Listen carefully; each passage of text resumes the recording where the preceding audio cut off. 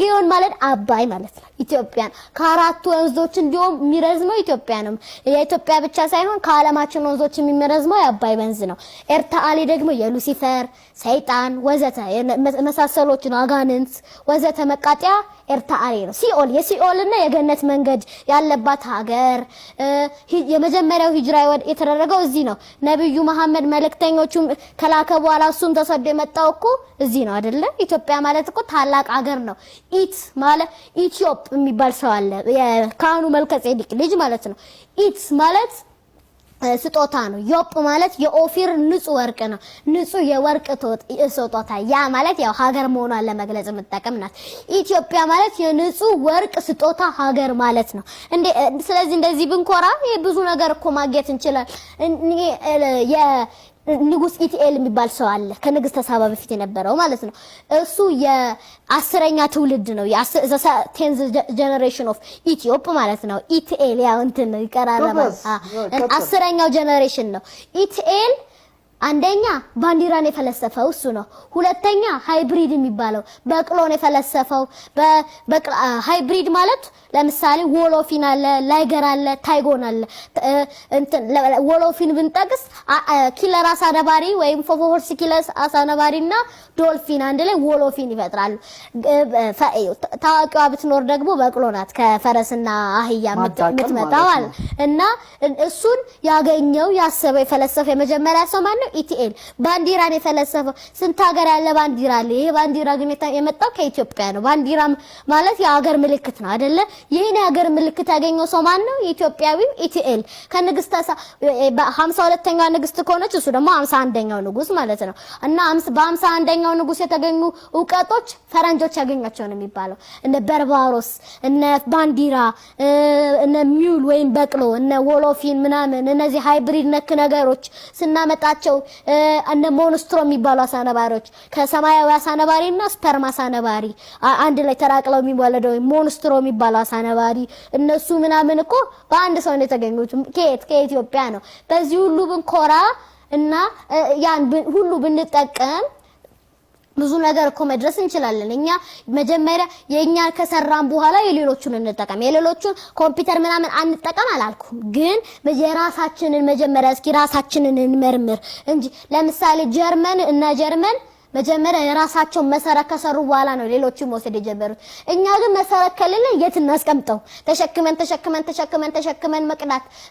ከቀዳም በኋላ የቱ ጋር እናስቀምጠው መጣል ነው ከጣለ በኋላ ደግሞ ተመልሶ አይገኝም ስለዚህ እኛ መጀመሪያ መሰረታችንን ከሰራን በኋላ ምርጥ መሰረታችንን ከሰራን በኋላ ያው ወደ ሌሎቹ ነገሮች መግባት ይኖርብናል ልክ እኛው አቢሲኒያ እነ ሳባ እነ ኩሽ እነዚህ ወዘተ ሀገሮች እኮ ብዙዎቻችን የምናስበው እንደው አሁን ጉግል ላይ ራሱ which is the poorest country in the world ብትባሉ ወደ ስር ስትሄዱ የሀገር ዝርዝር ውስጥ ኢትዮጵያ ከነባንዲራውም ቁጭ ተደርጎ ይቀመጣል ይሄ ለምን አሁን ጉግልን ወደ ድሮ ዘመን እናስገባውና which is the richest country in the world መጀመሪያ ተቀምጦ የምታገኙት ኢትዮጵያ ነው አሁን ደግሞ ወደ ታች ስገቡ ኢትዮጵያንም ታገኛላችሁ ከዚሁ በድህን ከሀብት ዝነኛ ነበረች ከዛ በትንሽ ጊዜ ተሽቆልቆላ በድህነት ዝነኛ ሆነች ለምን የድሮ ሀብቷን አትጠቀምም አሁንም ቢሆን አዳዲስ ሀብቶችን አታመጣም እነኛ 12ቱ ህብራተ ከዋክብት ፈጠሩ በዛ ዘመን ያው እኛ ቴሌስኮፕ ምናምን ይሄ እነዚህ ነገሮች ባልነበሩበት ጊዜ አሁን ይሄ ከተለያዩ ነገሮች ተሰርቷል አይደል ይሄ ስቱዲዮ አሁን በዛ ዘመን ስቱዲዮ ከጭቃ ወይ ከድንጋይ ወይ ከነዛ ነገር ነበር የሚሰራው ወይ ከኮንክሪት ምናምን ነገር እዛ አልነበረም ግን እነሱ በዛው ሁሉ ቀቴን ከሰሩ እኛ ይሁሉ ነገር ዘመናዊ ከሆነን ብዙ ነገር መስራት እንችላለን አሁንም እኮ ብዙ ነገር እየሰራን ለምሳሌ ሉሲ 67% approximately 70% የተሰራችው እኮ በእኛ ነው ሳውዲ አረቢያዊቷ የምትባለው ያው እንትን ነው እንጂ 30 ወይ 33% ነው ሌላ ሀገር የሰራው እኛ ግን እንደዚህ አድርገን ሰራ ግን እኛ ብቻችንን አይደለም መስራት ያለብን አንድ ሰው ብቻ ከሰራ ምን ይጠቅማል 100 ሚሊዮን ህዝብ ውስጥ አንደኛ እውቀት ለምሳሌ ደሃ ልጅ ለገበሬ አውጥቀ ፖለቲካ ወመድረክ ላይ በታስቀምጠው በደንብ አርጎ ሊነግር ይችላል ደሃን ሰው ማለት ነው ስለዚህ መጀመሪያ ለኛ ከተሳሰብን በኋላ ከተሰስብ በኋላ ከተሳሰብን ለይሄ ወንድሜ ነው ላንሳው ካለን በኋላ ለምሳሌ ሃሚባል ሰው ለሚባል ሰው ቢያነሳ ለብዙ እውቀት ነበረው ግን ደሃ ነው ለን ሀብታም ካረገው በኋላ ዓለማችን የለን እውቀቶች አገኘች እንደውም ቶማስ ኤዲሰን እናቱ ባተበረታታው ኖሮ መብራት እነዚህ መብራቶች አይኖሩም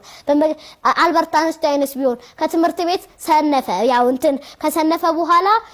እናቴ ለምን ከትምህርት ቤት ተባረርኩ ይባል ጎብዘ ነው አለች ከዛ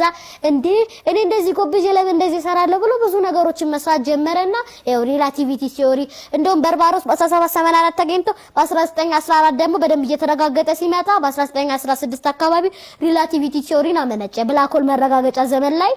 ሪላቲቪቲ ቲዮሪን አመጣ ስለዚህ ሁላችንም ማንኛውንም ሰው እናስነሳው ብዙ ነገር እናገኛለን ቅድም እሱ እንዳለው